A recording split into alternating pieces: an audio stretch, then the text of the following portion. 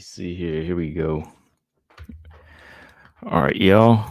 Make sure this mic is hooked up, right? Make sure it's not the computer mic. Audio. Let's see. Audio. Ah, there it is. Yeah. Mic is hooked up. All right, y'all. We back. Starting a little bit later today. I was just watching some fights, and I was chilling out, man, because wanted to catch up on some Invicta. I watched Invicta this past Wednesday, but I wanted to just rewatch some fights. And I think I'm gonna talk about Invicta tomorrow though. I just put the champ up here because she came through. Karina Rodriguez defended her belt this past Wednesday. So I said, all right, let me go ahead and post that up. Just so y'all aware if y'all ask me. Let's see, Robot Chickens, what's up? He said, let's go Gatto. Marcus Bell up in here. Ulysses. All right, man. So let's go ahead and jump into it. Got about 8 people in here. Let's go ahead and talk about, I know what everybody wants to discuss, these fights last night. All right. Go. Pull some stuff up here. All right, y'all, but welcome back. Let's get into it, man. Let's do this post-fight show. Man, I got some videos recorded I ain't even put out. I did my post-fight videos I ain't put out. Been, doing other stuff. When I record it, just let it sit. So I'm kind of behind. Got some videos I done did, my post-fight thoughts videos, but I didn't even put them up. And also a video about Kayla Harrison. So I'd say I'm going to talk about Kayla tonight a little bit. So, yeah, post-fight thoughts, Kayla Harrison, Tracy Cortez, Melissa Gatto. Maybe a little bit of strawweight talk here. We'll see. I'm starting at 8 tonight, so it's probably that time switch up. Maybe jump on here kind of late, because time jump forward an hour, right? Yeah, we jump forward 1 hour.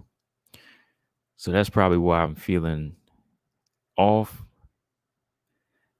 but still a little bit on schedule. Yeah, because it really should be 7 o'clock. That's why it feels like the right time. Okay, so that's what it is, though, man. I was like, it do feel like 7 o'clock, but it's really 8 o'clock now. That's why I feel like I'm on schedule, but still late. Let's see, Stamina Lafayette, what's going on? Lafayett's a Raiders fan, I see. TJ, let me go ahead and read this. TJ says, shout out to the GOAT for signing a new witness protection contract with the PFL. I'm going to leave that comment right there. All right. So, like always, make sure y'all hit the like button. Go ahead and do that. It ain't that hard to do. Okay, so last night, man, let's see. Ernest Richards said the Bellator fight was sloppy. Yeah, I got to go back and watch it. He said, Robot Chicken said that the Gomez comeback was incredible. It was. I got a video talking about that. I just need to upload it. That was a good fight. That was probably the best fight on the Invicta card. The Dudeva Gomez fight. So yeah. Yeah, 2-0 last night. I went 2-0 with the UFC. I was just confident after a while in these picks. Yeah, Azaragova. I got to watch that fight. It didn't look. I saw like the third round because I was calling a couple of UFC fights while they were fighting, so it didn't look very pleasing. Azaragova. Who was that? I think Marcus Bell said she looked, the other girl like Tisha Torres or something. It didn't look very pleasing to me at all.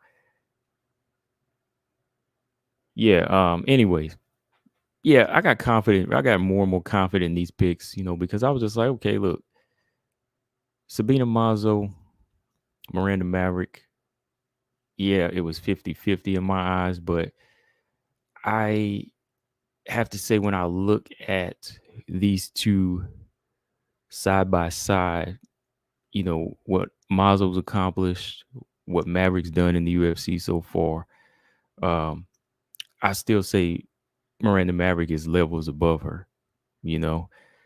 So that goes for, so that's a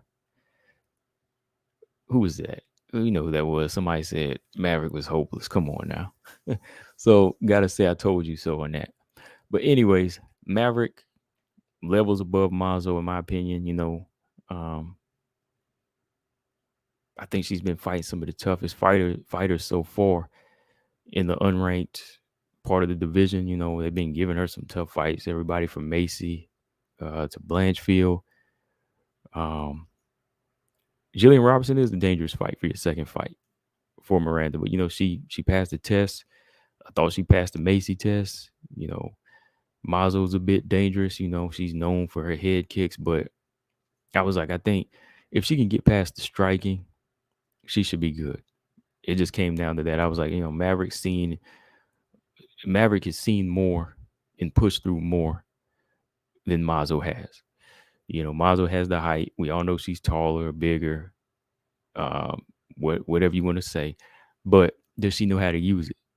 I mean, if you go back and look at the Agapova fight, different opponent, but Agapova pretty much exposed Mazo's difficult her weakness. Didn't know how to use her reach advantage, didn't know how to use her height.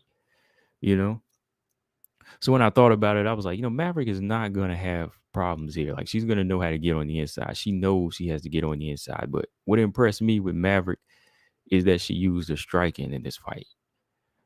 She was not afraid to stand, throw combinations and take chances. And that's what you got to do now. For Maverick, you have to take certain chances in there to make statements, because I'm not going to lie. If Maverick just got a decision, I know a lot of people were still going to question her. And in my opinion, I would have been kind of like, okay, decision is good. It is in the right direction, but it's not going to really push her the way she needs to be as far as getting back in the top 15. You got to go in there and get a finish. So I said, okay, if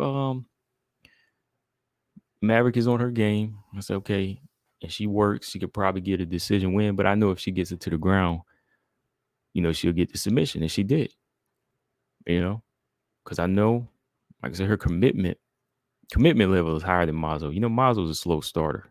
Some people say Maverick is a slow starter, but no, I'd say Mazo's way slow.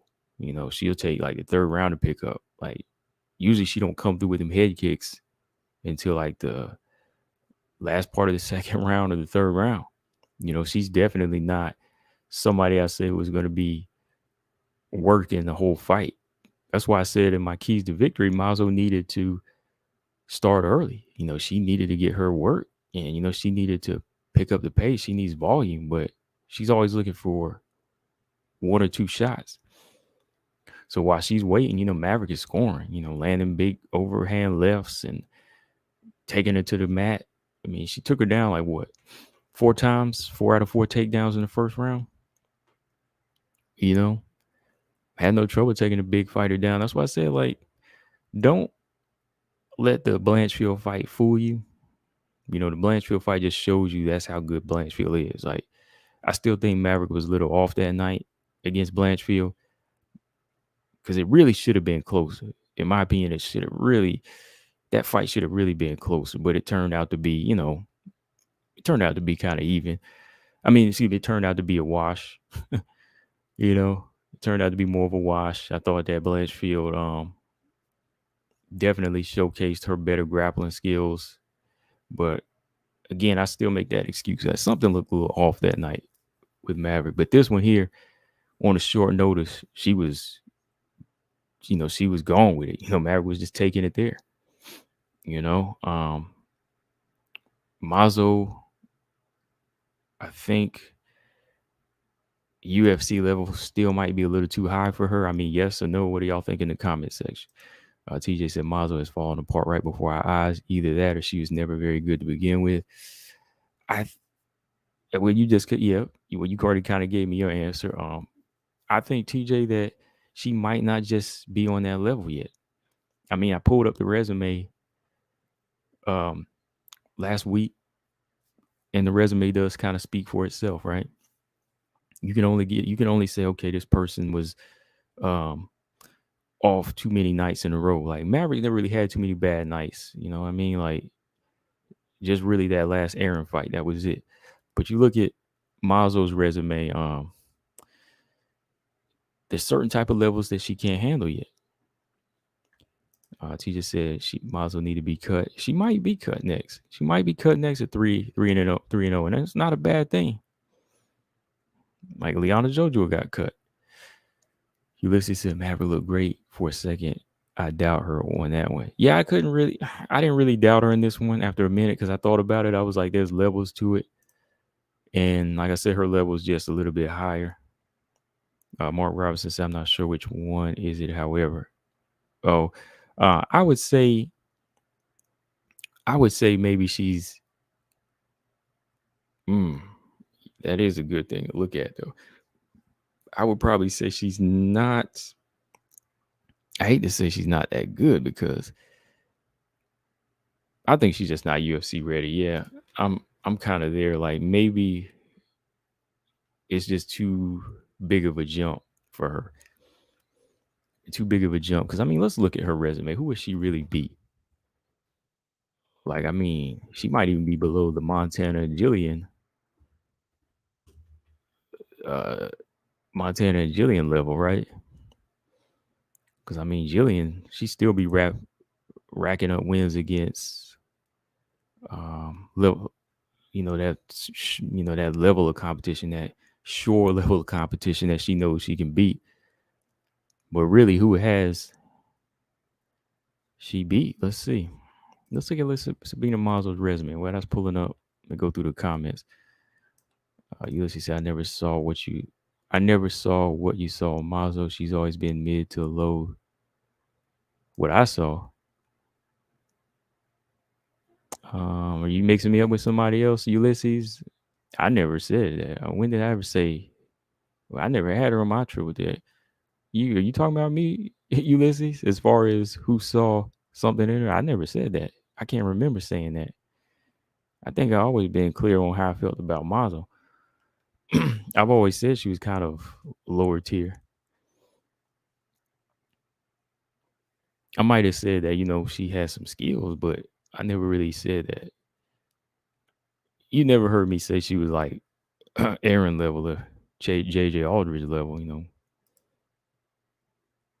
Maybe you mix me up with somebody else. I don't know. In the chat, Marcus said with Mazo, her best MMA days were in LFA. Just like Lipsky, we might have already saw the best. Yeah. Stammer said decision would have been okay if she absolutely battered Mazo, but ain't no stun on a stoppage. Yeah. If you would have battered her, but even then, like, I didn't really just see a straight up batter because I was kind of thinking Styles, Maverick's not really going to commit to that type of delivery. It's always going to be mauling on the ground. So, yeah, maybe like a ground and pound type domination. Yeah. For 3 rounds, I could see that. Robot Chicks, I still feel like Maverick knew Mazo isn't that good, so she fought more loose. Now so she fight like this with all her opponents. Well, no. This was a good confidence builder, in my opinion. This was a good fight where you can fight loose. I mean, I think everybody does that in the fight game. You fight kind of loose depending on who it is, but you can't fight like this with all your opponents. That's kind of a given. Valentina won't fight Nunes the same way she fights Lauren Murphy, right? On a higher level. It's kind of similar to what you're saying. Like, you won't see Valentina let loose on Nunes the same way she fights Murphy or Chikagan. So I think it just comes with the skill level too. Like, and you do have to take chances. Like, the way Maverick was fighting, there were openings where Mazo could have taken it, but it was like she just didn't take it. Yeah, she does have great submission defense. That's why it just came down to her just really getting schooled in some positions and just dominated by Blanchfield. But she did defend. She did defend. Maverick shows it. Hold up, Maverick. I feel will get even better, and this will help her build. Yeah, it's going to help her build. Yeah, that's what I'm saying. Like this win's going to help her build. Oh yeah, Ulysses said not only you. Yeah, that's not me at all, really. So yeah, like I've never said Mazo was like a big threat to the division now. Yeah, so yeah, I know what you mean in general, but yeah, you can't include me on that list. Roy says she definitely blew Jillian in Montana. She's definitely below them. Yeah, okay, at least they make the fights competitive. Yeah, I think so too. I think that she pretty much showed her levels below them. All right, her resume, let's see. So after she got them big head kick wins in LFA, she was seen as a monster in LFA. Let's see, 1, 2, 3, 4, 4-0 in LFA with 2 head kick wins. Back to back in 2017. Y'all remember those? All right. Way back 7 years ago, she beat Alejandra Lara in her debut. But as soon as she stepped into the UFC, lost her first fight against, guess who? Marina Moreau. Marina Moreau defeated her. So that shows you right there, like, as she lost to Marina Moreau and Marina Moreau stepped at 125, showed you, the skill level is different. Right? Skill level is different. All right. Let's see. Keep on going here. Marcus said if Mazo doesn't get cut, bring on Mandy. Yeah, I think so. Oh, yeah, stamina. Don't worry. I ain't taking that one. He said I need stuff. Jillian Robertson got them elite level hands. I ain't going there. I read it for entertainment and for a good laugh, but believe me, I know that hook. Ain't gonna hook me with that one. The boss said, I think Mazo's flaws got exposed in her recent fights. That's why she's performing so poorly these days. She got figured out. Yeah, I think so. Yeah, I think so. Hannah Goldie and Jillian stand up. Yeah, they train together. Might tell you something. Ulysses said Mazo versus Antonina. Yeah, well, yeah, if Antonina's not fighting Courtney Casey, yeah, I would take that.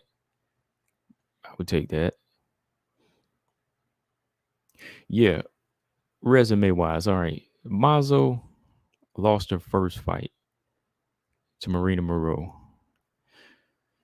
Then she went on to beat Shanna Dobson, won a close decision against Aldrich, which could have gone either way, really. And then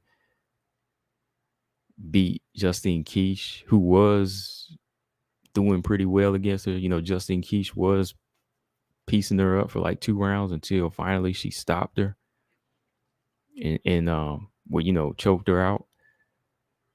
So the level of wins that she had in a row, 3-0,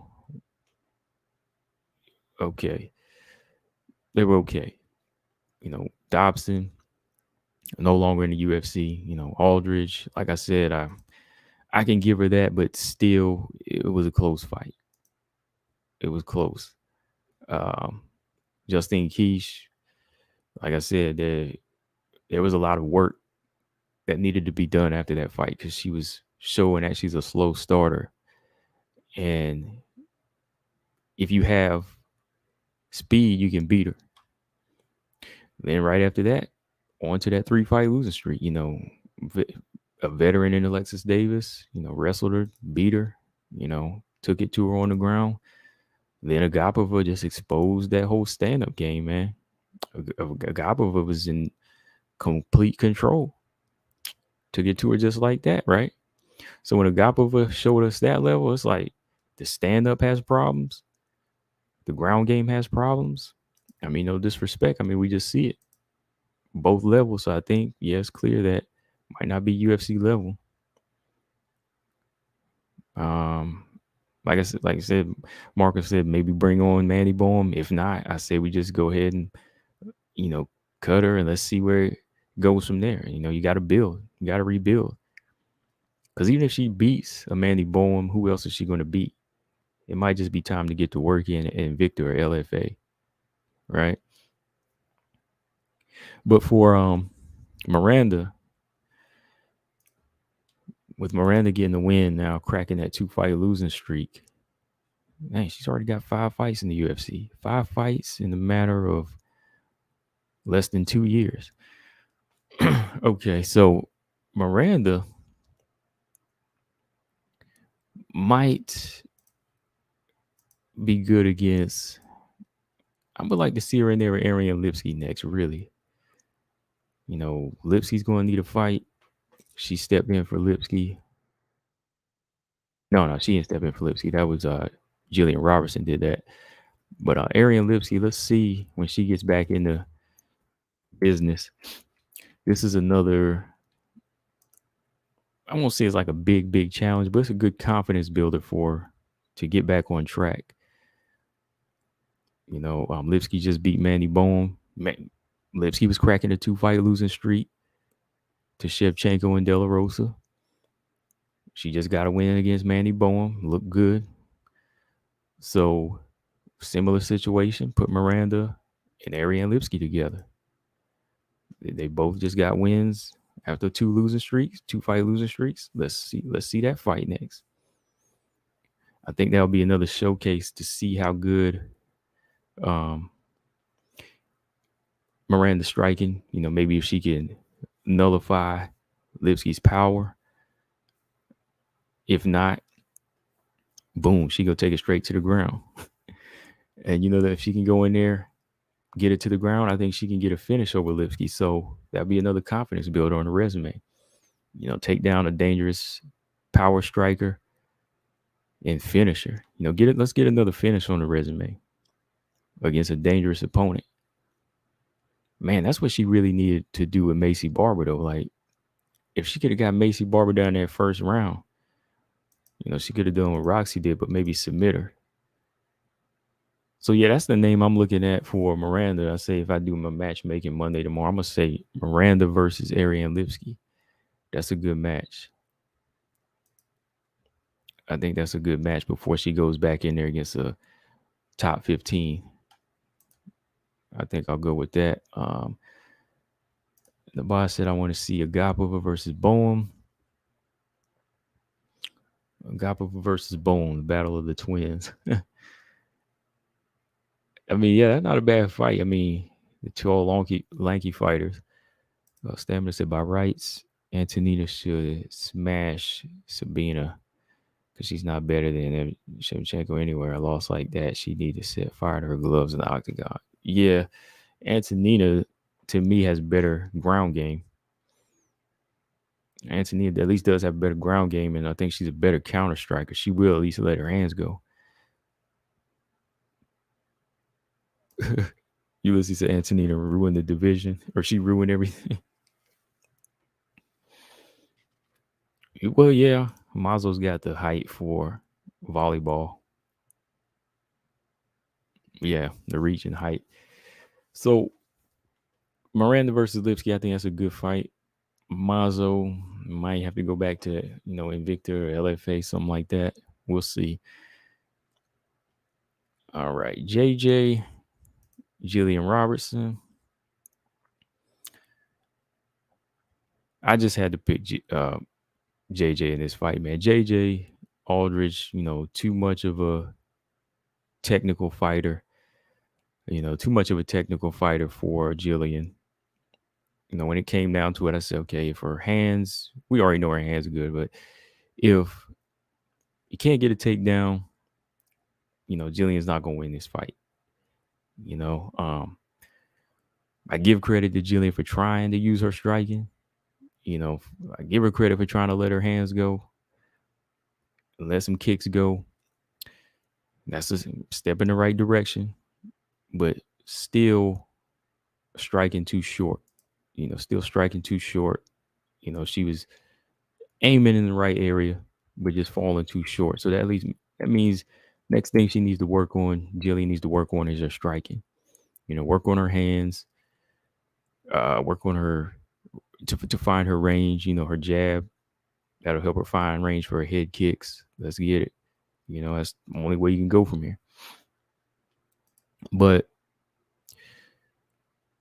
it's gonna take, some seriousness to it. She just got to focus on it, man. Now's the time to do it. I mean, she's 26 years old, so she still has time to grow. Still has a lot of time to grow.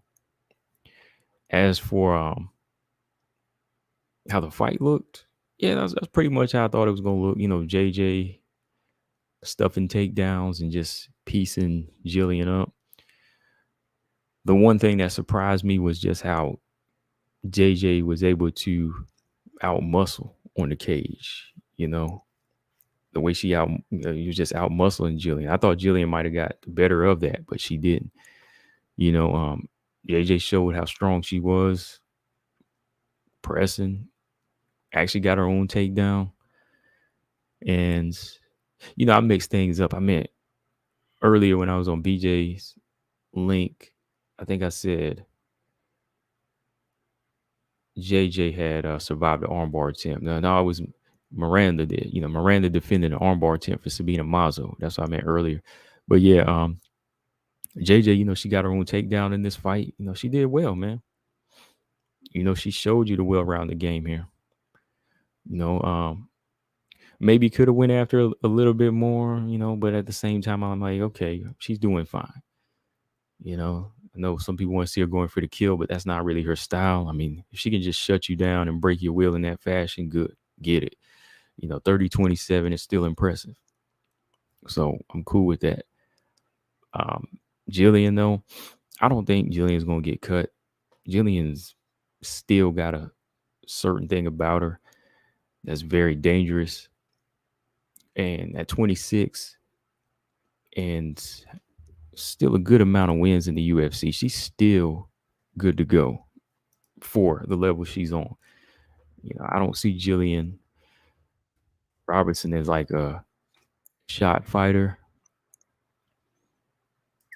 I don't compare her to like Sabina Mazo, no, because she can still get in some wins and look good. What is her resume in the UFC right now? Let me take a look. Let's see. I mean, she still hasn't really beat like anybody elite, but she's still a test for anybody trying to get into the 15. Let's see. 1, 2, 3, 4, 5, 6, 7. Okay, she's got 7 wins, right? How many losses? Let's see. 1, 2, 3, 4, 5. Okay. 7 and 5. Okay. It's starting to balance out now. I mean, got to step on the gas now. Jillian Robertson 7 and 5 now. Yeah, she's 7 and 5, so she got work to do. Let me check the comments. The boss said Aldrich needs a top 15. Yeah, I think she's ready. Her against Jessica. I like it. I'm gonna talk about that here in a minute. Mark Robinson said, I'm starting to think that Jillian should go to strawweight if she can make it. How big is she anyway? Let me see.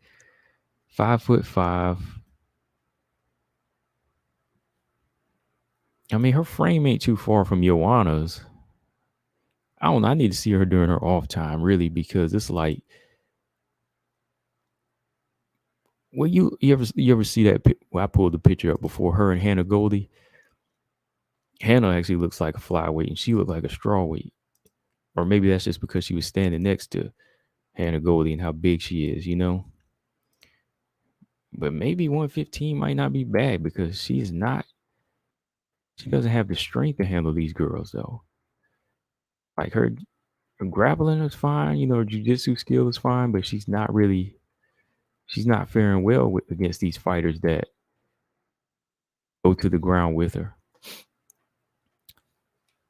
So how much of a dangerous specialist she is at 125? I don't think it's that high.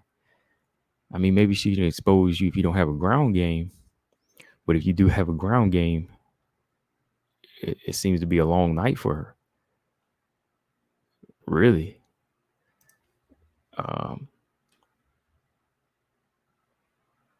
DJ Chris, you wouldn't know weed. Stands and ranked opponents are pretty much all busy right now. Tough time for matchmakers. Yeah. Yeah, everybody's pretty much got a dance partner right now. TJ said Jillian might not get cut now, but don't expect to see her around too much longer. Yeah, if she don't pick it up, I agree. I mean, if you don't pick it up, I mean, yeah, I could definitely see her go because she is 7-5.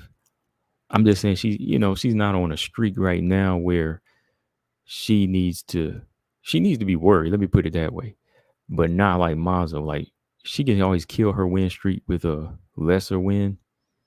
But even them pickings are gonna be slim soon. Pickings are slim, man. Pickings are slim. So she could very well be in that category. That's why I said she got to step her game up now, man. Like 26 years old, it's time to work. 7-5 in the UFC. I mean, with 12 fights in the UFC at 26, and she got in when she was what, 20? How old was whenever she got in the UFC? Let's see. She's 26 now, right? She got in when she was 22. 22. We're 26 now, right? She got in the UFC back in 2018, almost 4 years ago. She been in the UFC since she was 22. It's time, yeah, you've been in the UFC about 4 years. It's time we see something. So yeah, Jillian's got to work, man. Yeah, she might be gone soon if she don't, crack this unranked level.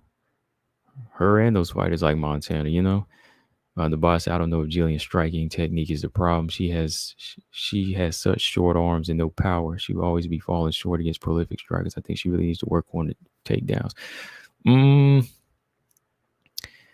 I think it is partly her technique because you have short fighters that know their range well. Look at Miranda. Like Miranda has a shorter reach than some long fighters, but she knows how to get in. I think it's still just a matter of her not being comfortable with it. Like, yeah, she has short arms, but there's a technique to it. Like Carla, Carla can get in there. And yeah, like better strikers always will be your weakness, but if you know how to set up a basic 1-2 and you know how to switch levels, you can have more than one approach because prolific strikers with good takedown defense, they'll stop just your regular textbook takedown. So you still need some hands, and I don't really think that she has that secondary weapon. And I think she really needs to. I think BJ we brought that up earlier that she needs maybe strength and conditioning coach, like a new one, maybe help her improve her strength. I think she just needs to put it together like what's her name? Mackenzie Dern. Like, I mean, Mackenzie's improving only the way she can, but I think she needs somebody like Jason Perillo, and I think she needs a good wrestling coach, maybe like Uriah Faber, to really help her put that together.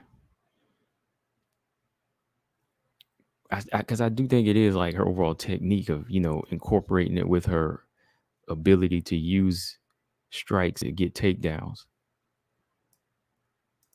Mark said the only way I see Jillian getting cut is if the UFC bring in better flyweights. Yeah.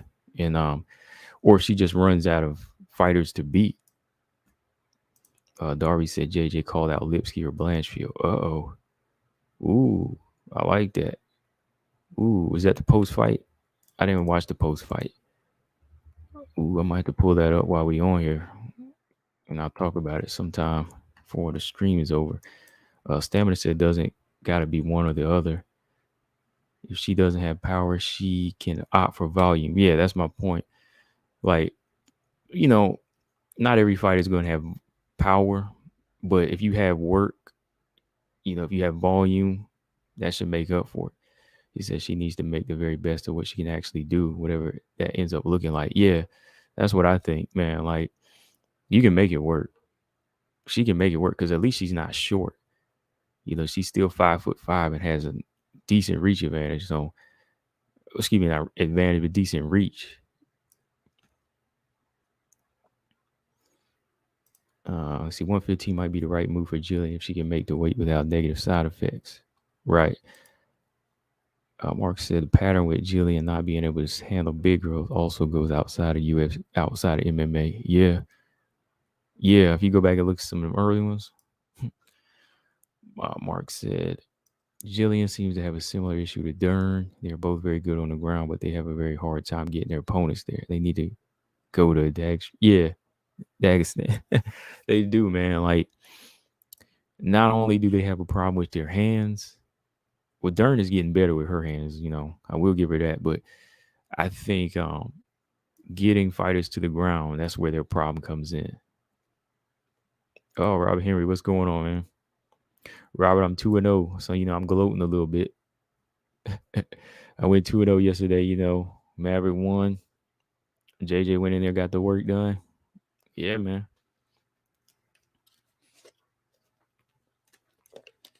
So we just talking about these fighters a little bit, man. Yeah, Jillian. Has she ever knocked anybody down with her hands? Has she ever done what Dern has done? At least land the overhand right? Like, has she ever landed like a good stream of jabs and just piece somebody up in a fight? I'm trying to think. Like, has Jillian ever done that? Like, has she ever just like boom, boom, put a good 1-2 on somebody? Even a basic one? We'll think about that for a minute. But let me go back to JJ here. Darby Crash said JJ called out Lipsky and Blanchfield. I mean, I like the sound of that. I mean, that's a name I just called on JJ Blanchfield. I like that. But JJ Aldridge, seriously, with 3 wins in a row, she needs a 15 now. I think she's good to go. Y'all know my test. 3-0 of unranked fighters, you get a top 15. So let's make it happen. JJ Aldridge versus Aaron Blanchfield. Let me pull up this post fight here. Let's see, Darby. Was it in the recent post fight? Ulysses. Yeah, I think I remember you saying that, Ulysses. You protected it. No, just play. No, I'm asking, man. I never touch it, man. I'm asking, has anybody ever seen her land something? I'm not. That's what I'm saying. Like, we never seen that. Stamina said for sins, Dern has the right idea. Yeah, or get her striking to a level where by girls have something to think about while they avoid her ground game. Dern's takedowns are subpar, but the rest is decent or better. Yeah, and I mean, Dern speak for itself. She is number 5, right? She is number 5. So it speaks for itself. She's going in the right direction. I mean, Dern at least uses her physicality to her advantage when she can. I think once she times her right hands a little bit better, she'll get more takedowns. Even with her hands, when she works on her wrestling, she'll be able to get more takedowns. But yeah, Dern, I think, is always looked like the more improved of the two.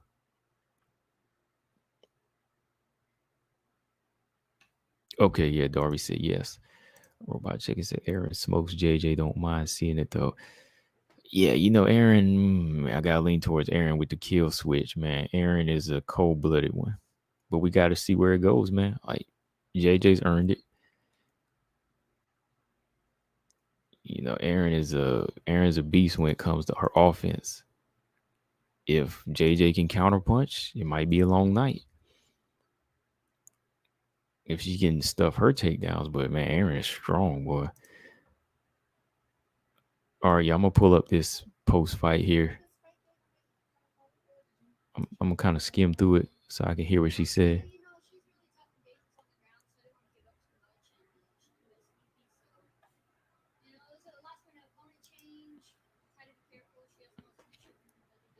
One thing I know.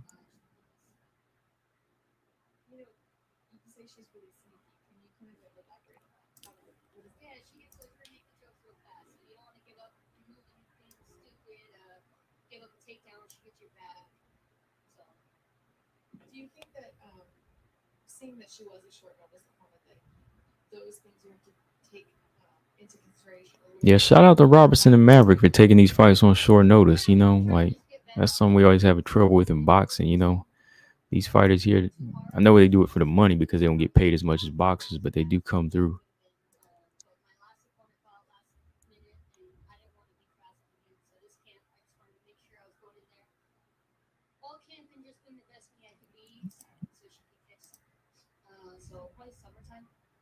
Are you looking forward to fighting in front of the crowd again soon?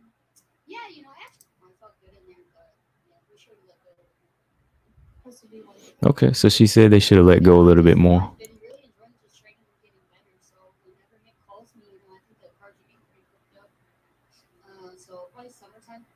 Looking at summertime.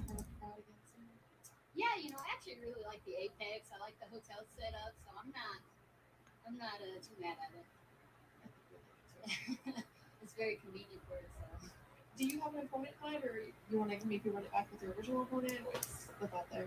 Yeah, I don't know. I don't even really know her injury, so I don't know how long it's going to take her to heal up. I don't really plan on waiting for her either. So if she's ready to go, I'm ready to go. If not, then, you know, whoever's next, I want to break into the top 15. So I know Erin Blanchfield's up there. She just got a new 15 number next to her name. So I think that'd be a great fight for me. So thank you. Okay. I like that talk. I don't know if y'all could hear it, but yeah, I stopped it there.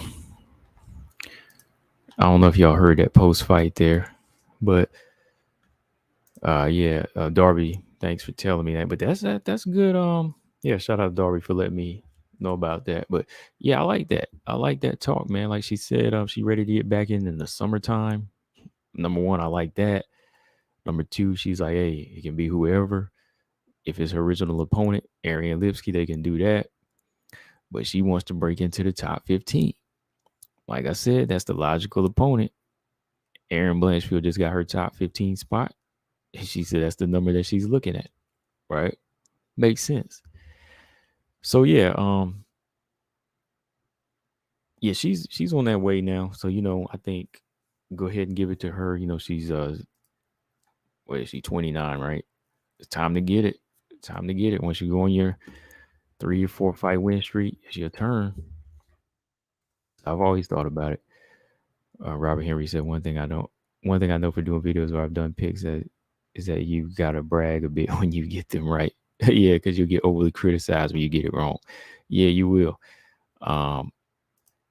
Even when you know there's always like a wild card factor to it. You know what I mean? Like people still gonna say, oh, even a casual fan's gonna try to rub it in your face. And they don't even know the fighter's game. The boss said to me, Jillian looks like she's not built for striking. She's slow, has zero power. T-Rex arms, slow reflexes, marks up easily. She should use her striking only to set up takedowns, if you ask me. That's all I'm asking.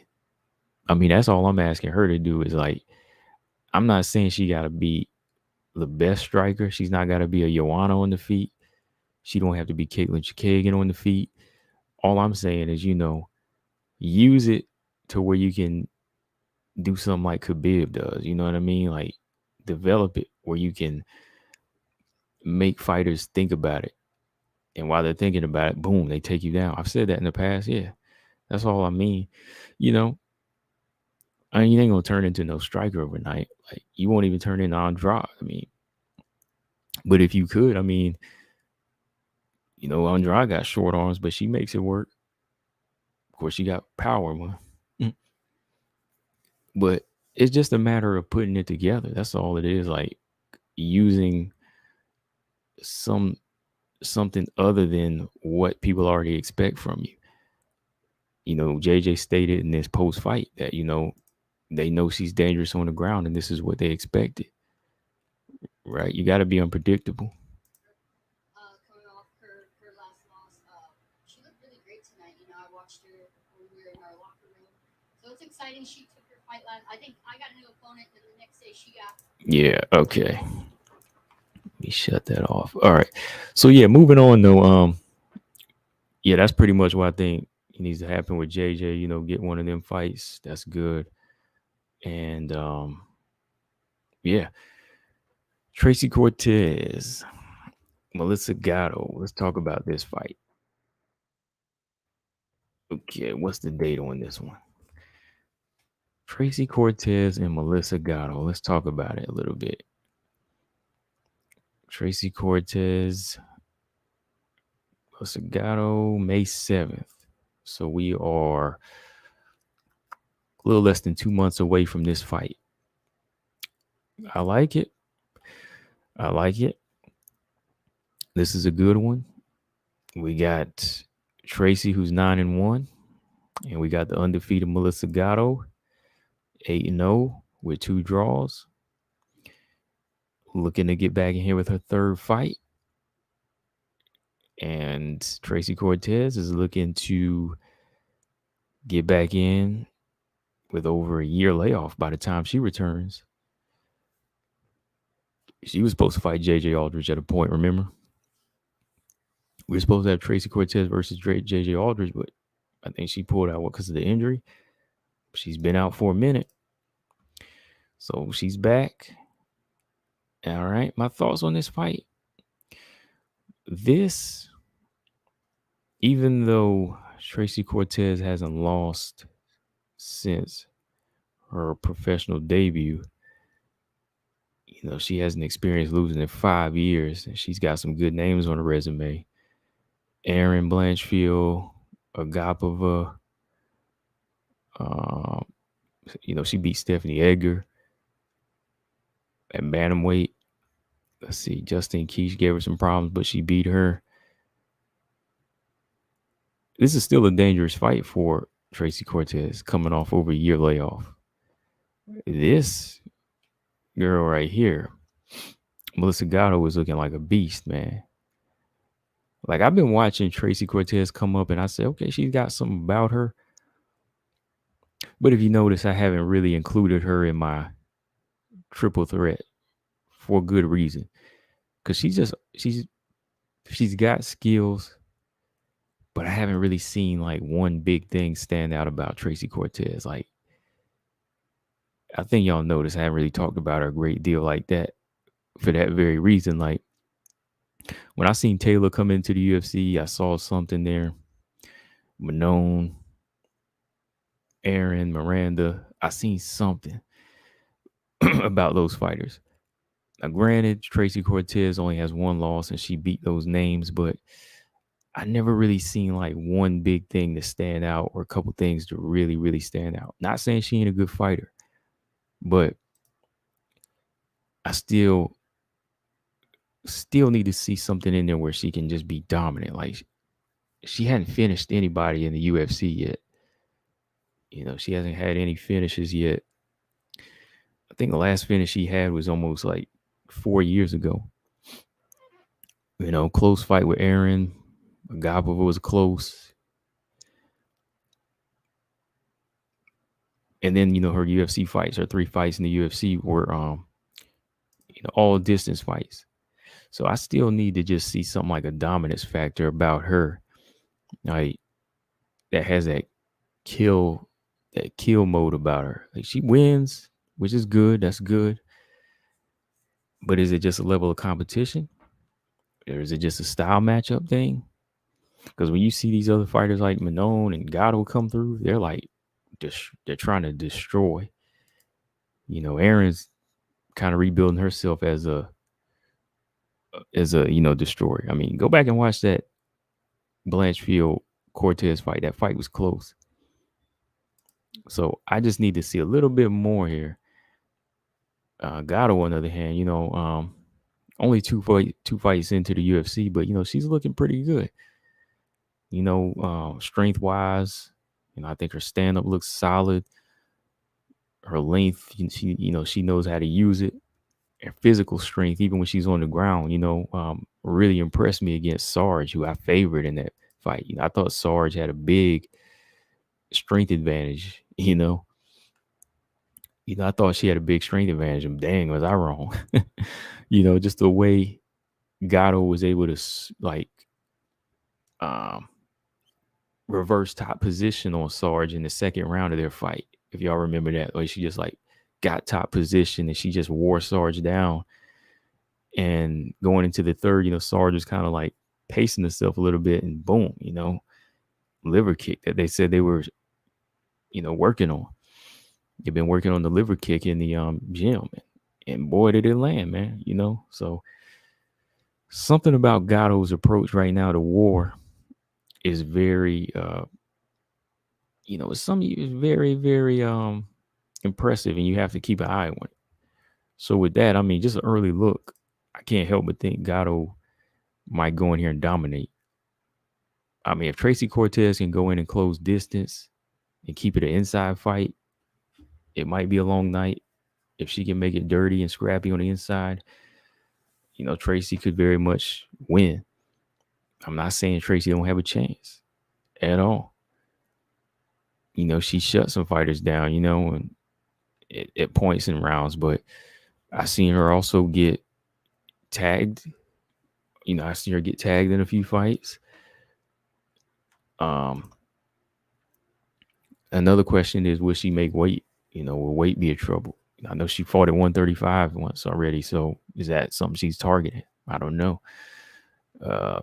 Robot Chicken says she needs to work on striking if she can't get that fighting grass ugly for it. Oh, Jillian. Robot Chicken said underrated versus overrated. The boss said can't wait for this fight. I hope Cortez can make the weight. Yeah, I do too. He said Gatto gonna eat her like a gelato. He said he got Gatto in this. Okay. Darby Crash said JJ versus Barber 2. JJ was piecing her up for 2 rounds and got caught. Yeah, eventually I want to see that. Maybe for top 10. I gotta go with, he said I got Gatto. She stopped Sarge. Yeah. Donovan said I had Cortez losing to Keish in her last fight. Cortez looks like a first round fighter going with Gatto. Go back and look at that Blanchfield fight too. I mean, I don't know, man. Blanchfield looked like she won that fight too when they were in Invicta. The first time I watched it, I thought Cortez won. I watched it again and I thought Blanchfield won. Then I watched it again and I thought Blanchfield won. So I was like, uh-oh. I know it was a few years ago, but still. Robot Shaker said Cortez is fine coast and Gatto wants to finish her food. Yeah, that's the difference between them. Jama said Aldrich needed the spam kicks to the body 20 seconds until round ends every time. I saw Jillian almost crumble once. Yeah. Jillian, when Jillian started eating a lot of 1-2s in there and that eye was really looking busted up. Yeah, she looked like she was about to go. And JJ, said in her post fight, she was like, maybe they could have stepped on the gas a little bit more. Maybe they could have did a little bit more, and they might have got the finish. If they fight Blanchfield, JJ gonna have to get a finish though. I think she gonna have to get the respect though. You got to get the respect from her. TJ said JJ just doesn't seem to press for the finish enough. Yeah, very technical, man. You gotta let it go. Gotta let it go. Sometimes. I mean, I was impressed though with the win overall, but moving up into the division, you got to be dominant. Robot Chicks, I think Blanchfield 1-2. Yeah. Tracy says her big fake eyelashes. Dang. Yeah, that ain't gonna help you in the fight game. You need some big, real punches or some big, real skill, not big fake lashes. As I was saying, Cortez had bad weight cuts. Need to stop blowing up in between fights. Yeah, I think she blows up to like a featherweight. Honestly, if Cortez slows down against Gatto, she will get pieced up or submitted. He said Blanchfield overwhelms JJ easy. Yeah, we were just talking about that before you got in here. I think her offense is going to be problems for JJ. Like, that's what I said. Like, if Jillian's going to beat JJ, you got to dog her, man. Like, you ain't going to win the skill battle. You know, JJ, very technical in her fights, more so has the approach like a point fighter or like a, more of a civil fighter in there. You got to have a dog, man. You got to have dog in you. I think that's why Macy was able to overpower her. But yeah, I think Blanchfield, her offense. See, the difference between Blanchfield and Jillian Robertson is obvious. Blanchfield's stronger, and Blanchfield, her kickboxing is better. Like Blanchfield storms forward. Like she'll take a hit or two. She'll take a hit or two. I mean, Alpar hit her with some punches, but Blanchfield kept coming. Miranda kept throwing strikes at Blanchfield. She kept coming. So JJ, you got to put some funk on your shots. Like, you know what I mean? You got to really throw some power on there or Blanchfield will overwhelm. And if she gets on the inside, you're going down. And JJ, I don't know if her takedown defense is going to be enough for Blanchfield because Blanchfield's so much stronger than Jillian. So, but we'll see. I didn't think it's a fight that needs to happen, though. I mean, I say one thing, but we never know what could happen. TJ said, I never thought Cortez showed particularly impressive skills myself. Yeah, I never really did, man. Like I was saying before, when I just started talking about it, she's winning. She's a fighter. She's winning, but she's not really destroying her opposition either. She's just finding ways to win. But you really got to destroy her early on in your career. Yeah, Darby. Yeah, she living right now.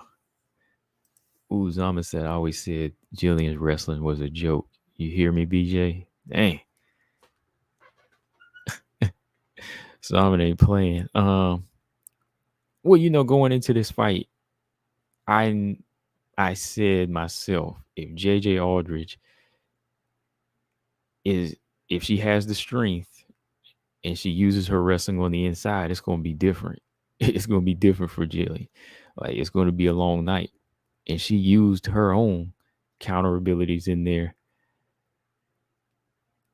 You know what I mean? Like, she used her own counter abilities, and even, like on the inside, like that kind of exposed Jillian's wrestling right there. Like, Jillian's takedowns and her wrestling are really issues for her. Same thing that Dern is kind of lacking.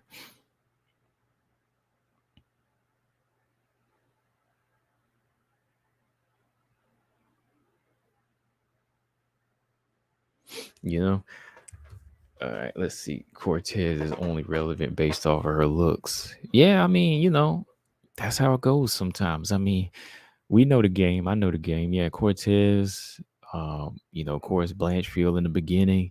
Not Blanchfield, Paige Van Zant. It all goes back to them days. Paige, who else? Who else is another one? There was a fighter on a card I was watching, and everybody was like, I was watching the live stream on a card, and people were like, the pretty girl is going to get this win. She deserves it because she's pretty. I was like, God, dog. I was like, these casual fans, they are something else. And I think that's how the judges think too sometimes. Because they're like, they need to give it to the pretty girl because the ugly girl doesn't deserve it. I was like, dang, man, what's wrong with y'all? Like, this is the fight game.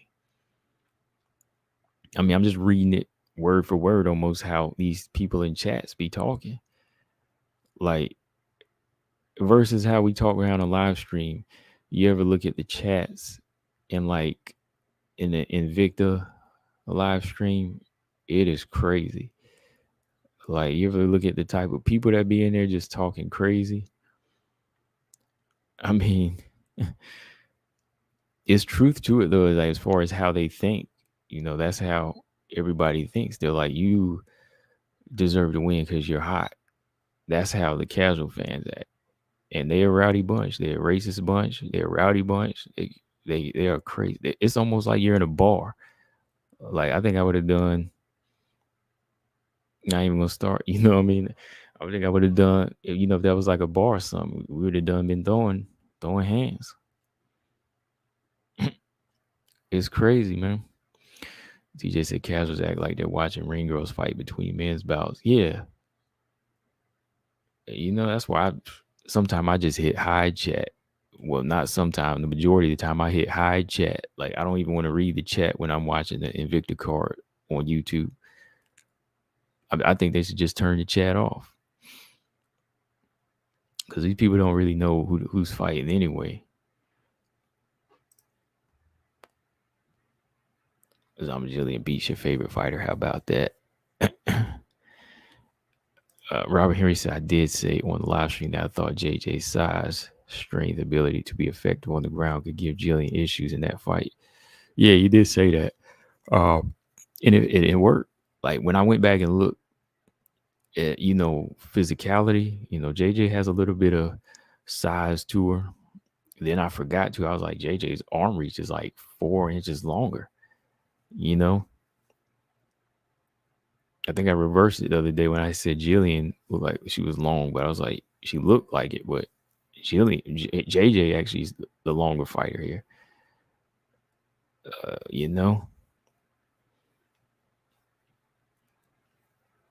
But yeah, this fight is gonna be good, man. I'm gonna do another video talking about that. I just think Gatto has a serious mindset about this fight game. Not saying Tracy Cortez doesn't, she wants to be in the UFC, but I think Gatto is a killer right now. I think Gatto was a killer like Manon is, like Taylor, like the cold-blooded is, and we need those in the division right now. I mean, am I lying? Robot Chick said casuals are pissed. Khabib doesn't have he doesn't have ring girls for Eagle FC. I haven't watched Eagle FC yet. I'm sorry. I have not watched it.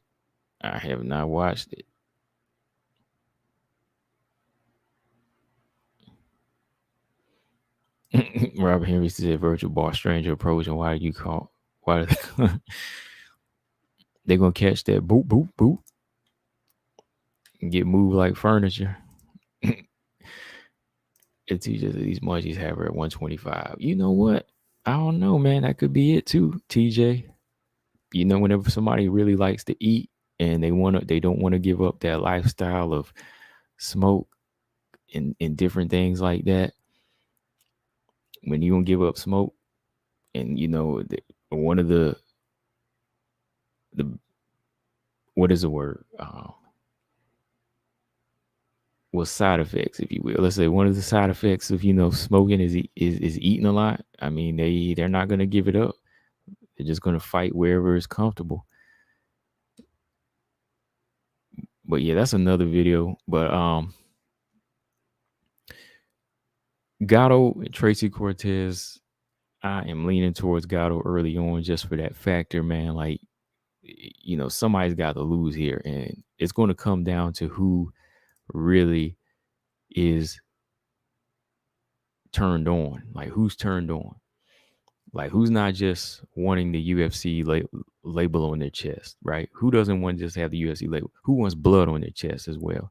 Who wants the victory in crazy fashion? Like, who wants blood and not their own blood? Like, who wants to wear the blood as well? And that I think that's Gatto right now.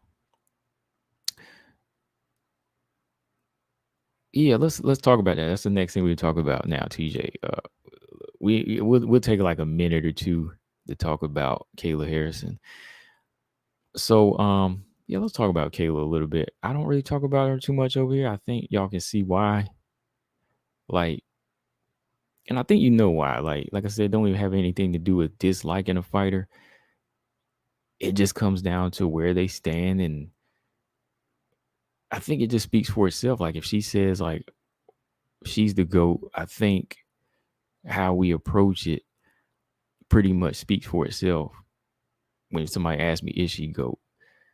I bet, well, have you heard me talk about her a lot? Like when you hear me talk about GOATs, it's usually Nunes, Shevchenko, Chris Cyborg, hell, even Joanna. Hell, even Joanna, I'm gonna talk about, even Rose. You know what I mean? Of course, the girls with belts. Like I'm gonna talk about Rose and what she brings to the table. Her resume is legacy worthy, right? But let's look at Kayla here real quick. I've been looking at a lot of Kayla. I haven't been doing videos, but I've been looking at a lot of Kayla Harrison stuff behind the scenes, and she seems to be a little confused about where she's headed and where she wants to go. And I talked about her a while back, as far as, signing back to PFL. Like if she's about money, then that's all well and good. But she continues to put her name in these categories with Cyborg and Nunes. But then you'll do something left field like sign with the PFL. Like if you want to call out Chris Cyborg or you want to fight Nunes, why are you re-signing here? Like Scott Coker, he's put it out clearly that we're willing to work. We're willing to try to make something happen here because Chris wants it. You say you want it, but why is it not being put into fruition here? Why is it not being developed? Right? So I just get so many different things about her. Like I have to talk about it because it is WMMA related. Well, I don't have to, but I'm choosing to. But I'm just confused because one minute you sign, then in this field you say, "Yo, let's do a gym fight, Chris. Here's the address to the gym. Come to the gym. I'll fight you in the gym." Right? And then the next minute is, I'm back in PFL. I'm signed. Then the next minute is, oh man, time is passing me by. It's kind of haunting me that I can't get the same status as Ronda Rousey. You know what I mean? Like, so which is it? And then in another interview, you get the interviewers telling everybody that this is Kayla Harrison, the highest paid female in WMMA. So it's almost like she's stuck in a position where she's getting the money, right? She's getting the money she wants, and then she has these opportunities that are presented to her, but it's just like you want them to keep presenting them to you even though you're not going to take them. It's like you really just want to be wanted. You want to be needed, or you like that feeling of being needed. Like you never really had plans to take in a Cyborg fight, a Nunes fight, but you just want them to keep presenting it to you. That's kind of what I get, because here you say, I want to challenge you to a gym fight. You give her the address, or you say, okay, this fight can still happen. I want to be a legend. But then you go back to PFL where you already graduated from, right? So which is it? Like, it's just a lot of confusion there. Like, do you really want the money or the legacy? And you can't feed your family off of legacy. So if you want the money, just be a money fighter. Like, you've already done something a lot of these other women haven't done, like, and that's make big money, touch M's. I mean, you're making more money than Joanna made in the cage. And, you can brag about it that you're making more money than Valentina. You're making more money than Amanda Nunes. Right? So if it's that's all you're out to do, why not just be that? Just keep these other fighters' names out your mouth if you never really plan on fighting. let me go to these comments here real quick. Donovan said, I really don't have an issue with Kayla Harrison or any talk except for the GOAT statement. Well, yeah, like that's where it comes in for me. Like that's what it is. Like for me, it's like don't mention that stuff. Like don't even talk about that stuff. It's time to just do you. Because even if, like I said, if she want to make the money, fine. Like you getting the money, that's great. Highest paid female, but when you continue to bring up the names that you know are not in your reach, that rubs everybody the wrong way. Or if you're trying to take GOAT status whenever, these girls over the past 10 years and 15 years have laid it down. I mean, come on. Like that's where the issue is, I think, for most of us. Right? Because really, besides the money, I mean, she's on a lower level like some of these unranked UFC fighters. He doesn't have good Yeah, Ulysses says she's old. She doesn't have good competition. She's not even that good. Never reached GOAT status. Yeah. Kayla said was basically a restricted free agent. The PFL matched Bellator's offer.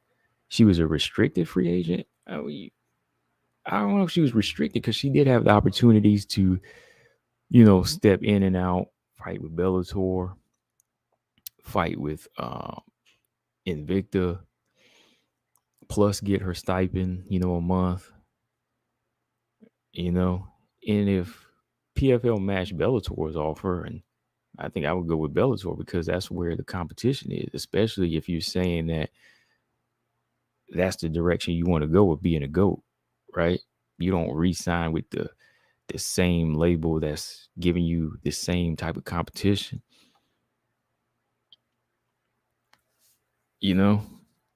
That's kind of where I'm at with it. I'm just kind of like, it's too much of a storybook written for, you know what I mean? Like for somebody that doesn't have these wins, I mean, she's getting like a lot of push, a lot of money, more so than these other fighters that are getting it, that are fighting the best.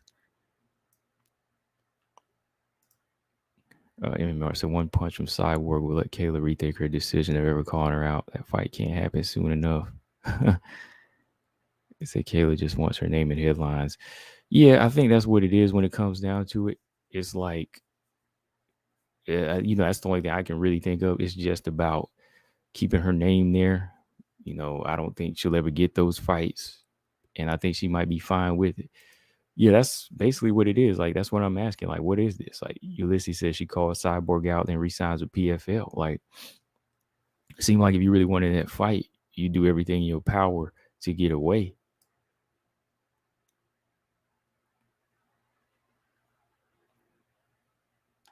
Yeah, Robot Chick. She makes a lot more money than men fighters in the UFC. Yeah, like, I mean, them checks, them touching M's, man. Like, yeah, she's making money. So that's good. That's why I said before, like, when she was going to resign, I was like, yeah, that's the direction you going if you just thinking of taking care of family. But when you start talking about the actual fight game, I mean, these big names that take it seriously, like Chris, the ones that'll call you out and will fight you. I'm like, you stepping out of the realm there. Like, she just being an entertaining type athlete, staying with PFL, putting on those type of performances, that's good. But I just think mentioning Chris and Nunes just ain't gonna work. Dang, TJ said Norma Dumont has a better claim to be in the GOAT. I think she could get there before her because she's in the right place, right? If stars align for Norma Dumont and her skills get up to par, and she was signed to fight Nunes because they're in the same organization and she did something crazy, like, Venice Nunes or something like that. I mean, she's closer to it. But there's still a lot of money situations here. It's a big money thing for Kayla. So I think it's more just talk. When I hear MMA, I said, what if Cyborg joined PFL? Shoot. And then we know it's on. Cyborg might move up to 155. Robert Henry said, only more money than Valentina in the cage. Yeah, yeah. That's what we're talking about. Yeah, more money as a fighter, but everything else, like even Joanna, Joanna's bank is bigger outside of the cage. I'm sure Valentina's is too, but yeah, if we're just talking strictly cage money, I think she has topped him, unfortunately, which I mean really says something about the UFC more so than it does anybody else. That's why I'm not blaming Kayla anything about. I'm actually like glad she is making that much money, if it's taking care of her family. But when it comes down to the actual,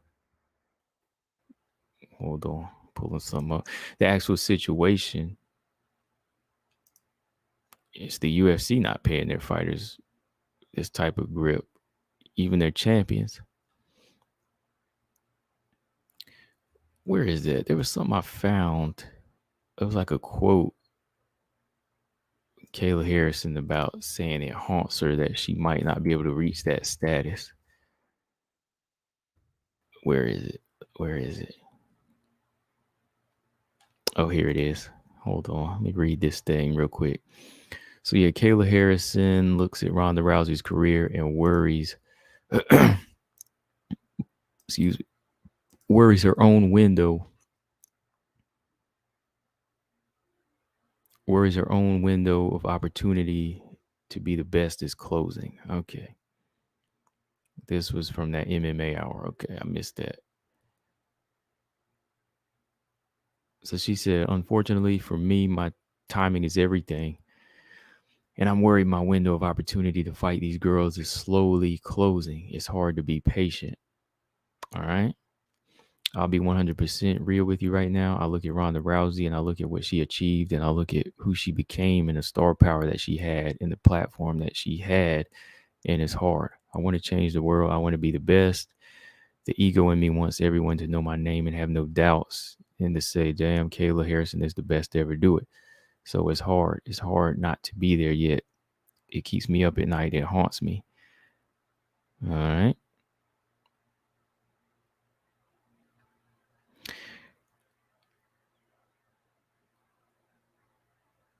Let's see. Any even claim. Look at this trash. What is Dana talking about?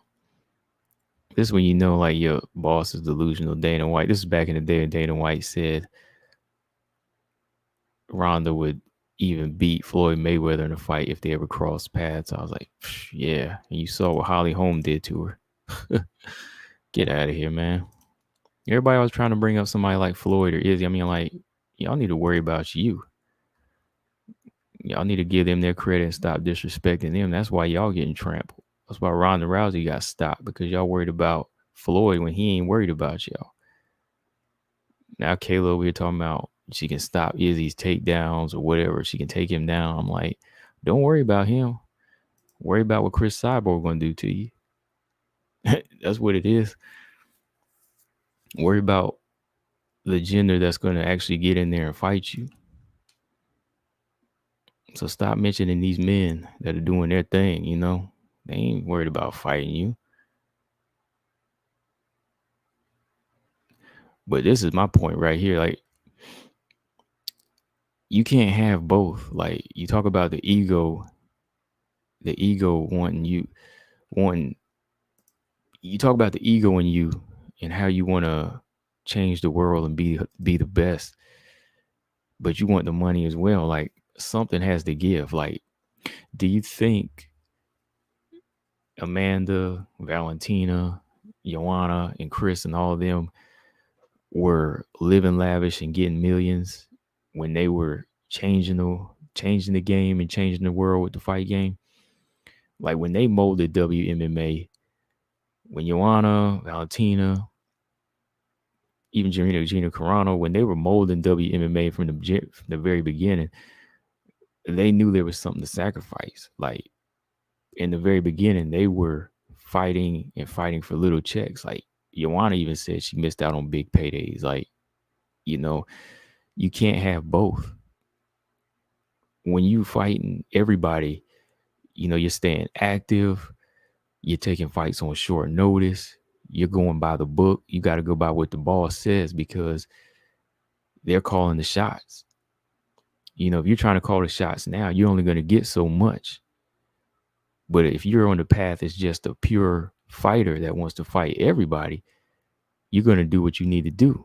And that's sacrifice. Like, you can't have both. You can't have the big lifestyle now as a millionaire, established fighter, and then try to say, okay, I want to be somebody who sets the bar like Ronda Rousey did. You can't do that. You have to earn that. You have to put that aside and just say, okay, I got to put in the work that these other champions did. Chris Cyborg went from organization to organization. Like, Invicta wasn't paying her big bucks, But what did she do? She went over there, dominated, got the belt, Strike Force. Money's okay, but it's not great. But I'm sure that was, her highest payday, beating Gina Carano. And she got it. Came over to the UFC. Same situation, making decent money, but Dana's calling the shots. You got to get paid his grip. But all the while, she's getting the legacy. Because that's what she wants to be remembered as. Even when Ronda Rousey was doing it. I mean, Ronda sacrificed a lot, put in the work, fought the best in her division,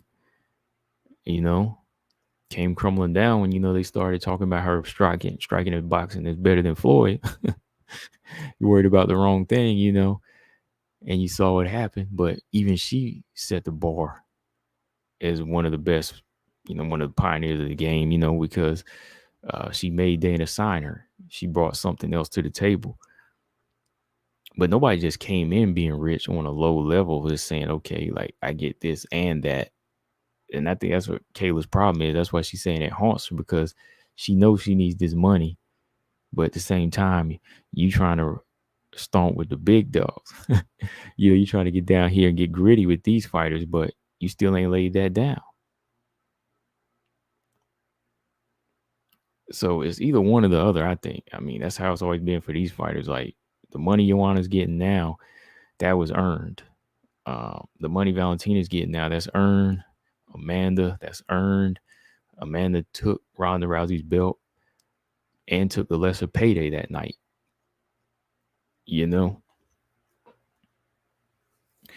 So that's what it is with her. I'm just saying, like, when I read that, I was just like, you want this?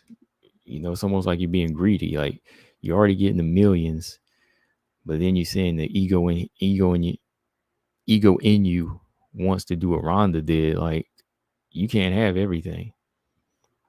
If you sure enough try to go for it, like, you're going to get humbled real quick.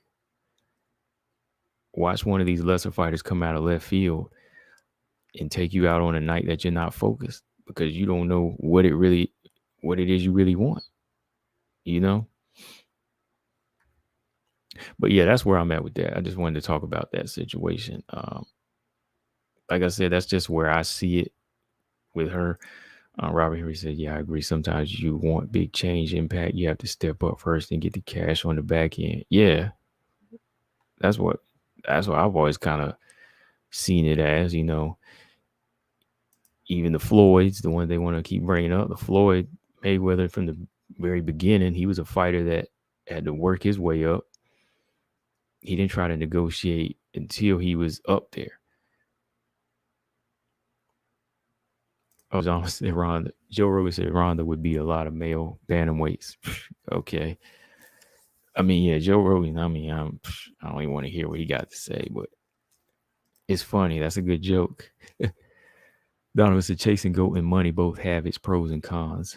Yeah, like, to me, it's about choosing one or the other, really. Like, the GOAT status and the legacy you build will bring that money. But if you're just going for money, is that really what you want? I mean, you're not going to be known as a great. And if your ego is too big for that, then you better backtrack and start doing the work to fight Chris Cyborg. That's all I'm saying.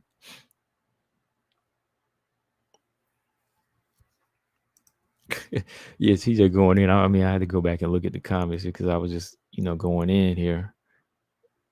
He said, TJ said, PFL cuts anyone who threatens Kayla and refuses to sign them to begin with. How you gonna be GOAT? And who was that brought that up? Yeah, was it UMMAR who went 5? Yeah. Pacheco did go 5 rounds with her. Yeah, Donovan. Yeah, Donovan said Harrison fought Pacheco in a 5-round fight. Did Kayla ever go the distance in a fight? Okay, that's what he asked. If not, then she's never been in a war. She was a split decision with Pacheco, right? I don't know, man. Like something weird going on here, though, man. Why did Pacheco pull out this time? I mean, I think I bring that up over here a lot. Like, just remember, y'all know I've already been questioning that. Like, Pacheco missed weight in that last tournament. That just seemed weird. Like, Pacheco was killing everybody in that tournament. Like, how did Pacheco miss weight for this, for the most recent tournament with Kayla Harrison? How did she miss weight on this one when she was looking her best? Like, how did she miss weight on this time when she was knocking people out? Like, I think that's something that was weird.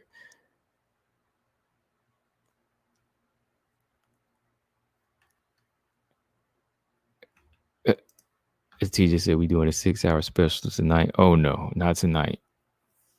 As I'm about to get off here in a minute. I'm already started late, so I gotta get it. You missed the other night. They had me on here for like 3 hours almost. No, it was like 3 hours. Darby says Cyborg called that says Kayla had no intention of fighting her, just using Chris's name to blow up. Yeah, that's all. That's what it is. Back to PFL, right? And fight one of these next crop of lightweights in this what is it, like the contender series thing they're doing? Right. Robertson Joe Rogan says a lot of things while he's smoking.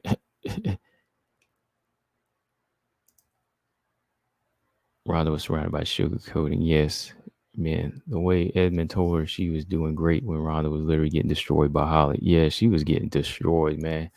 There was nothing in that fight that looked like she was a world beater that night. Right. But yeah, that's where I was, just going with that today, because I was just like, I seen so many different interviews, and it's like always kind of, I want to use this a contrasting and contradictory there, with what's going on. Like, oh, you want the money, and then it's like, oh man, I'm a little haunted that I can't get to this status.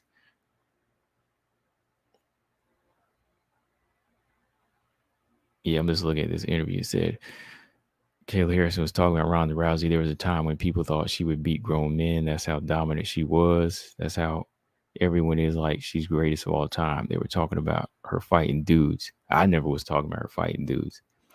I never thought that. I just thought she was good for WMMA. Never crossed that line. And that's not how I gauge it. Like, I mean, what about y'all? Like, she says, I want to be that good that people are like, damn, this girl could beat a grown man. That's what I want. I want to be so high above the competition and so far above the pack that people have to start making crazy talk to make it interesting to me. That sounds like that weird talk there. I mean, like, stay in your realm. I never thought Ronda could beat any grown men. Like, she could beat some average men on the street, or maybe just some people in the gym that aren't very good. But I never said Ronda was going to beat some grown men.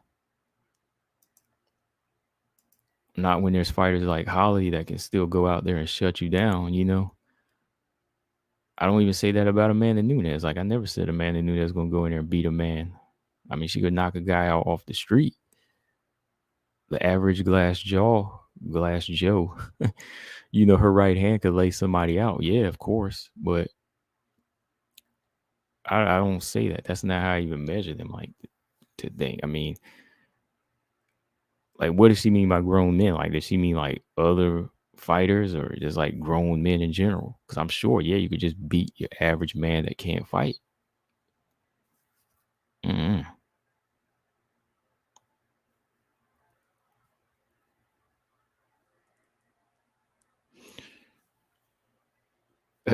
Robert Harrison, I got to make up for that last hour. Oh, because of time? No way, man. Forget that. I give you about 15 minutes. It's the TJ crazy. At 11 p.m. No, we ain't going to 11, man. For real. We are not going to 11. Yeah. I I think Ronda could handle a couple dudes at Comic-Con. I think she could handle about 8 of them. 8 of them at one time. Like, yeah, that level, she could handle 8.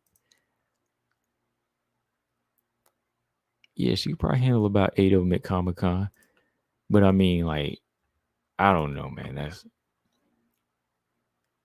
I think you just need to go in there and do you and just fight and stop thinking like that. That's gonna be her downfall. Like, why? What you got against men? Like, why?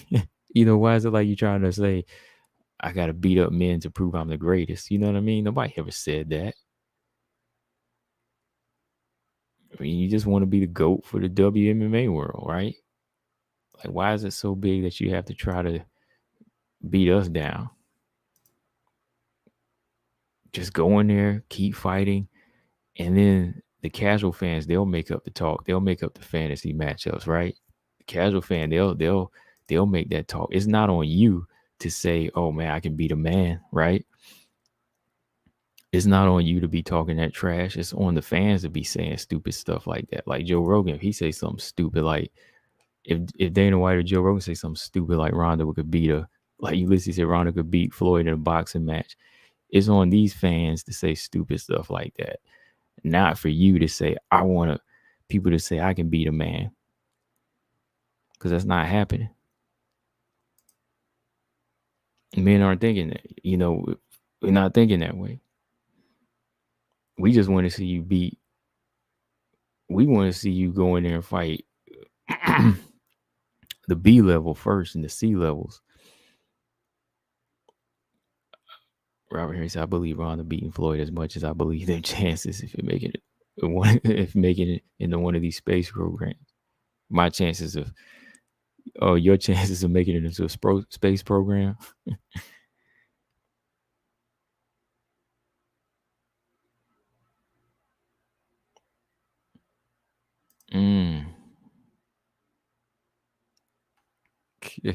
Right, Marcus said Ronda could beat your neighborhood Pepsi truck driver with her hands. Yeah, that's what we thinking.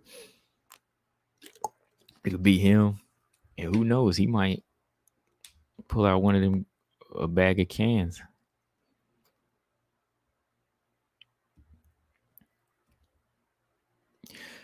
But yeah, that's what it is, man. I just think there's money and then there's legacy, man. That's all it is. But let me see. It is another fight week on us. We got another fight week, y'all. Let's see what we got. Okay, March 19th. What do we got? Patty Pimlet versus Rodriguez Vargas. Who in here loves Patty Pimlet? I know a lot of y'all do. A lot of casual fans love Patty. Wherever there's a Patty, there's a Molly McCann. Yep. Is this a fight card in Ireland again? All right. Yeah, it's an early card, so it must be. This card starts at 1 p.m. All right, y'all. So fight week is coming up. We got Cory Mckenna versus Elise Reed. This fight was pushed back. I like this match. Cory McKenna is good. Elise Reed is good too, but kind of leaning towards Elise Reed in this one. Cory's dangerous though, man. That Elise Reed debut didn't do her any justice to make her look like a good fighter because she was out of her realm. Sarge at flyweight. So hopefully she can pick where she left off, go from here. So we got Cory McKenna versus Elise Reed this weekend, and we got Molly McCann versus Luana Carolina.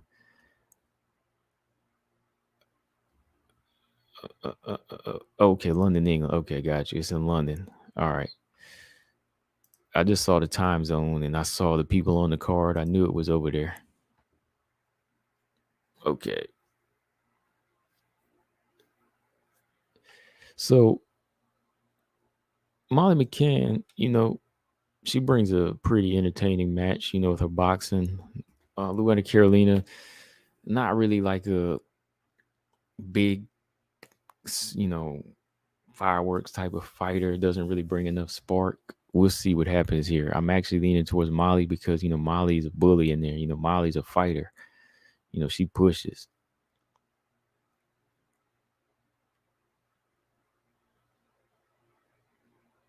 So we'll see,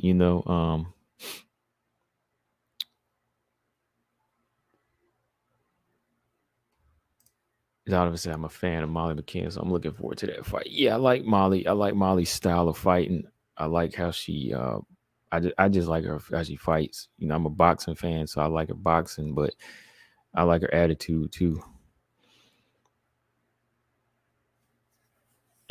Stamina said, not stamina. TJ said Molly got more mouth than skill. I love watching her take an L. Yeah, she's entertaining though, man. I like the level she's on.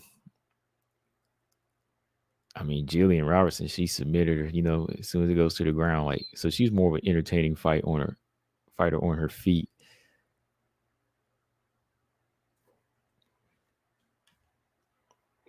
Or she did. He said it's crazy shit. He didn't know she was what?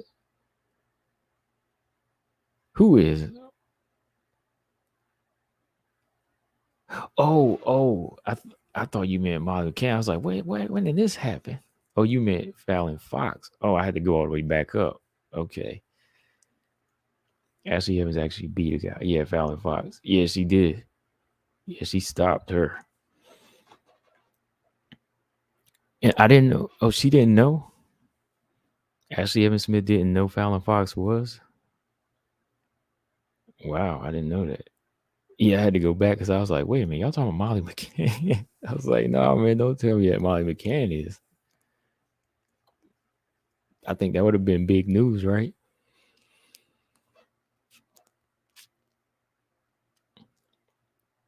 Because I'm saying Molly just needs to box, not try to wrestle or clinch. Yeah, I think Luana Carolina, her main thing is, her Muay Thai clinch, but she doesn't really have a great deal of strength that too many fighters have to worry about, I mean, she can turn some angles and she has some good jabs and length, front push kicks every now and then. But I think Molly's a little bit of a fast starter, in these fights. She likes to get in there and work. Molly McCann and Priscilla Cachoeira, they're pretty much on a level that we know where they're going to be. And I think they'll have a spot in the UFC as long as they keep bringing action. That's what I see about Molly and Cachoeira, fighters like them. Yeah, I don't know either, TJ. Luana Carolina, I don't know.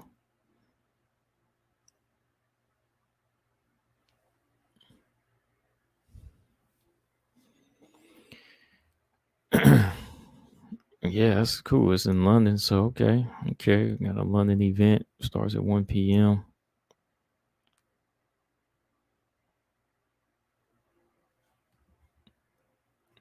Oh, okay. TJ said, don't believe Smith didn't know.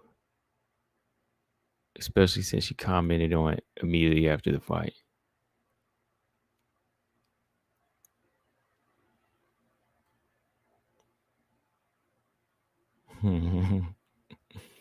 Oh, man.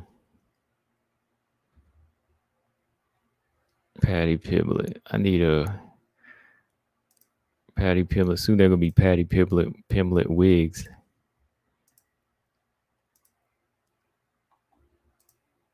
Everybody's going to be wearing a Patty wig pretty soon.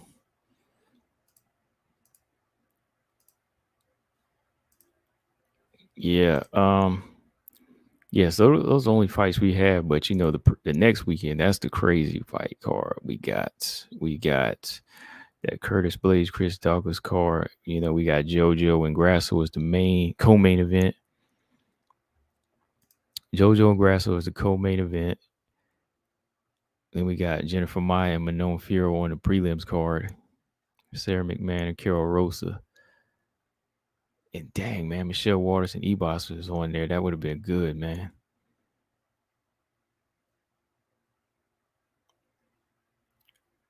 I'm actually looking. I'm looking forward to Maya versus Firo a little bit more than JoJo Grass. I mean, I like that we got a co-main event WMMA fight, but right now I just got to see what Manone's gonna bring to the table, man.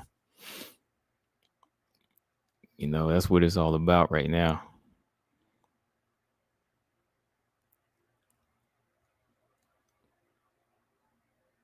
Yeah, Marcus Shaggy fights next week. Yeah, I think. Yeah, Maya versus Firo. Ooh, that's good, man. But it's on the prelims, so we can all catch that. It's the last fight on the prelims. Dang, let me see. Look at this preliminary card. Hold on, it is huge. Let's see, 1, 2, 3, 4, 5, 6, 7, 8, 9, 3, 6, 9. They're the last fight so far. They're arranged as the last fight on the prelims as the 9th fight. So they're kind of like the main event of the prelims. Jennifer Maya and Manon Firo is. But we got JoJo and Grasso as a main event, a co-main event. That's the highest JoJo's ever fought, I think. Or I know she's never been a main event, right? But yeah, Askarov is on there. Grasso been out for a minute though.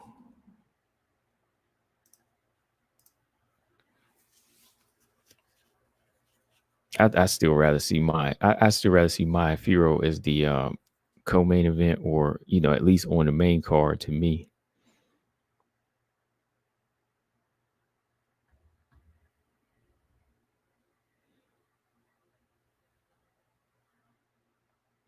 Yeah, Zaman Firo's on the preliminaries. Yes, TJ, she's still fighting.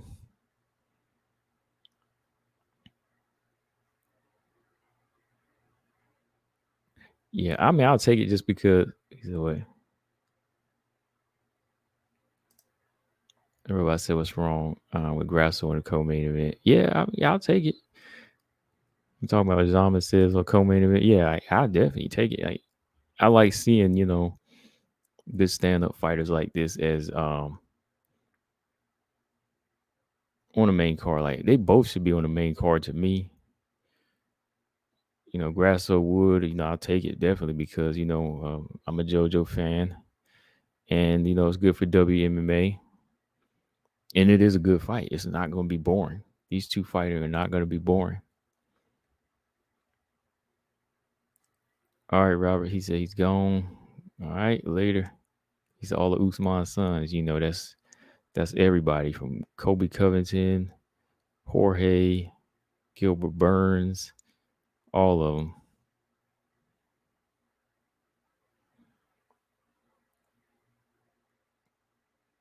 TJ said Grass are gonna be looking at the clock by round 2. Yeah, if she do that, JoJo could probably come back and win.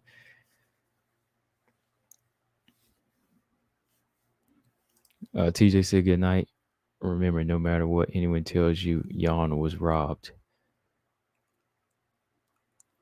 Yeah, I still think Jan won that fight. Yeah, of course. Yeah. All right, y'all. About one more minute. I'm gonna get up out of here. What was that? TJ said, right? TJ said, "What's next for overrated Casey O'Neill?" I was like, "What?" He said that a minute ago, but I meant to answer that question. I want to see Casey O'Neill versus Marina Monroe. That'd be a good fight.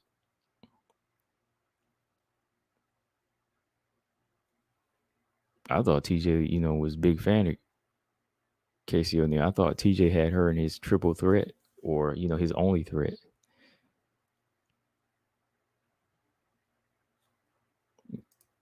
Izama said Firo versus Maya is a title eliminator most likely. Grasso is in no hurry. UFC should know that. Why? Yeah. Between Grasso and Andrea Lee, they're not in a big hurry. So watch Maya. If Maya was to win, Maya would get her rematch with Valentina. If Firo wins, Firo goes in behind, Taylor Santos. So yeah, that's probably how it's gonna look. This is probably a title eliminator. That's crazy though. That's crazy. That you have Andrea Lee. Who knows though, man? If Andrea Lee or Vivian Arujo put on a good performance, they might be able to get it next. But I doubt that. I think Manon might get it if she goes in there and knocks Maya out or stops her. Yeah.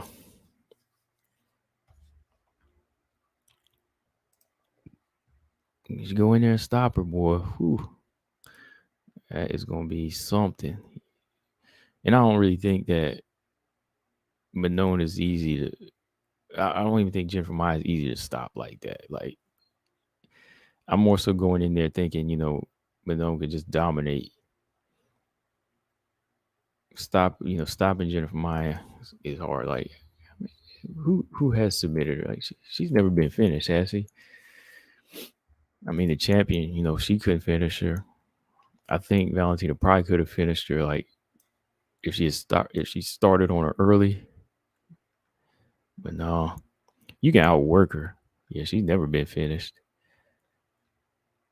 Oh, early in her career, yeah, she got finished like 10 years ago.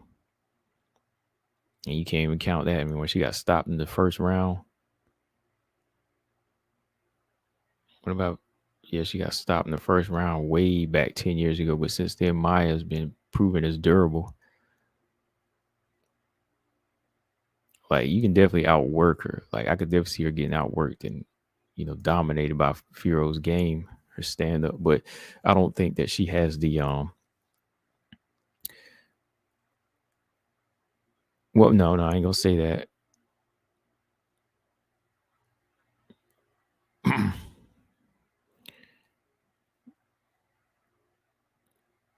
Yeah, because she still has the power to hurt her. Excuse me.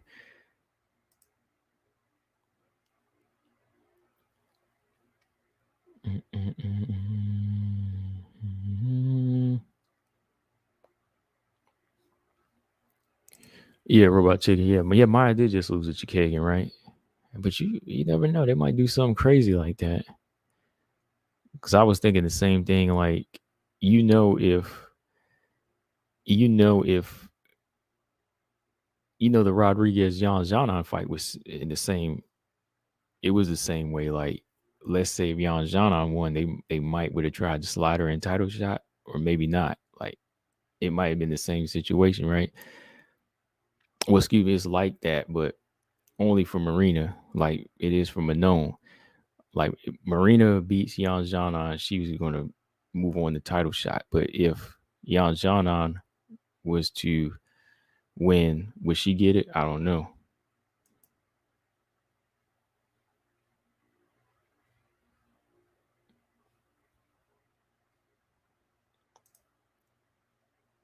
But we are done here. That was pretty much all I wanted to discuss tonight. So let's get ready to wrap this thing up. So far, we still have some good fights coming up, man. I know that another 2 weeks, that's the weekend I'm looking forward to for sure.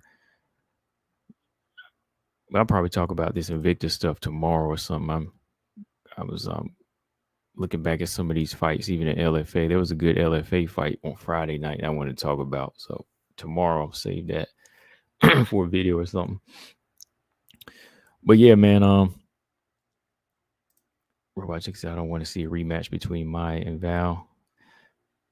Yeah, I mean, if she gets it though, I mean, hey, you can't deny her. If she was to earn it.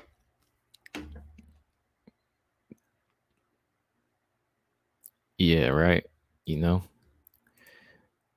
But yeah, I'm done, y'all. Shout out to everybody in the chat. Like always, make sure you hit the like button on your way out. And make sure you hit the subscribe.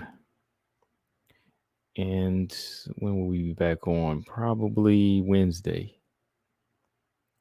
I'll be back on. But if you missed the live stream, you can come back on and comment in the comment section. And yeah, Stammer said she need not rematch anyone who's fought already. He said, "No, nobody deserve it unless somebody was to go on like a Robert Whitaker streak. You know, if somebody went on like a Robert Whitaker type streak, then yeah, they could get it. But nobody's done that yet. So no. All right. So catch y'all on the next one on Wednesday, y'all. Like always, Combo Breaker 99. I'm out. Subscribe. Peace.